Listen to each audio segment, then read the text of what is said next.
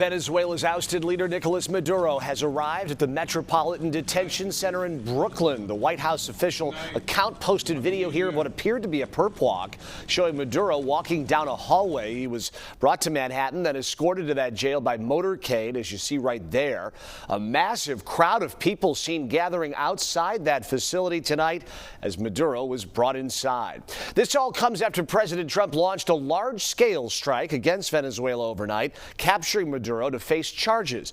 CBS's Charlie D'Agata tells us this operation was months in the making. Nicolas Maduro and his wife Celia Flores touched down in New York this evening after an audacious snatch-and-grab operation in Venezuela overnight. In the early hours of Saturday morning, a swarm of U.S. military helicopters, special forces units known as the Night Stalkers, descended on Caracas, and explosions lit up the sky, signaling that Operation Absolute Resolve was underway. It was a force against a heavily fortified military fortress in the heart of Caracas to bring outlaw dictator Nicolas Maduro to justice. President Trump and his team watched the mission unfold from his Mar-a-Lago home as soldiers of the Army's elite Delta Force dropped in and breached Maduro's compound just after 2 a.m. local time. He was trying to get into a safe place. You know, the safe place is all steel.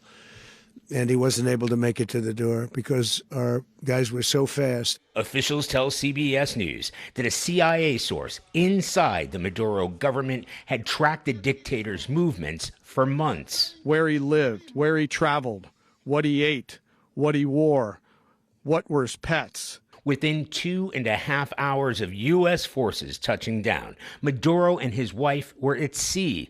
The president posting this image of a handcuffed and blindfolded Maduro aboard the USS Iwo Jima. One of the U.S. helicopters was hit, and some U.S. soldiers were injured in the raid. On arrival into the target area, the helicopters came under fire, and they replied with that fire with overwhelming force in self-defense. One of our aircraft was hit. Horrible.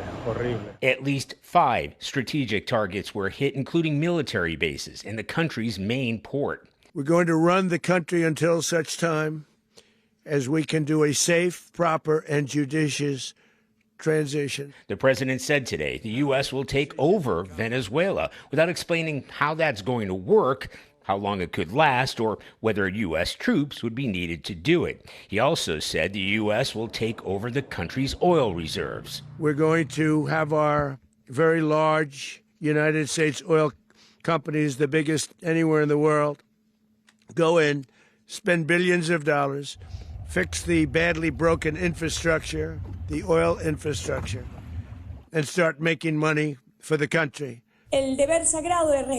Trump suggested that Venezuela's vice president, now interim president Delcy Rodriguez, will cooperate. But today she denounced the U.S. operation and insisted Maduro is still the head of state.